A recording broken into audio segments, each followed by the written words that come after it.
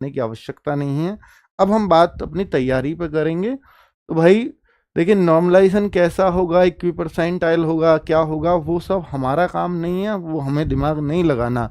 मेरे नॉर्मलाइजेशन में बढ़ेंगे घटेंगे, अगर घटेंगे तो फिर वो बहुत आसान पेपर उनके मुकाबले रहा होगा, तो इसलिए वो जो है घट भी रहे हैं।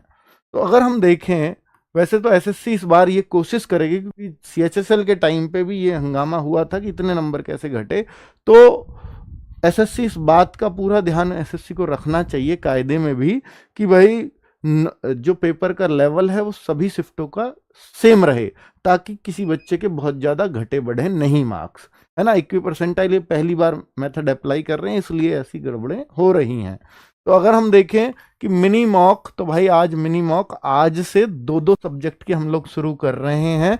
तो हर बच्चे को, जिसको भी, देखिए बच्चे, जब भी आप 60 मिनट का कोई पेपर करते हैं और यहाँ पर मैथ रीजनिंग भी आधे के हैं, 50% के हैं, तो अगर आप एक बार समय का बैलेंस आपसे बिगड़ा तो फिर 60 मिनट में संभलने का मौका नहीं होता। जब पेपर 1.5 घंटे का होता था तो हम संभल जाते थे, लेकिन यहाँ पर अगर एक बार बैलेंस खराब कर लिया तो फिर कर लिया, और जब आपका समय कम पड़ गया तो फिर हिंदी भाषी स्टेट्स में तो सिलेक्शन के फिर चांसेस नहीं रहेंगे। अगर आपका समय कम पड़ा तो फिर सिलेक्शन भूल जाइए। तो फिर क्या करते हैं हम कि समय को मैनेज करें, और हर जो टॉपर बच्चा, जो भी टॉपर बच्चा है, वो हर कोई आपको मिनी मॉक का सजेशन देता मिल जाएगा।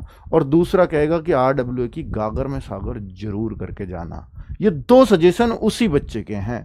तो भाई मैं आपको बता रहा हूं कि मिनी मॉक टेस्ट आपका समय को परफेक्ट कर देंगे।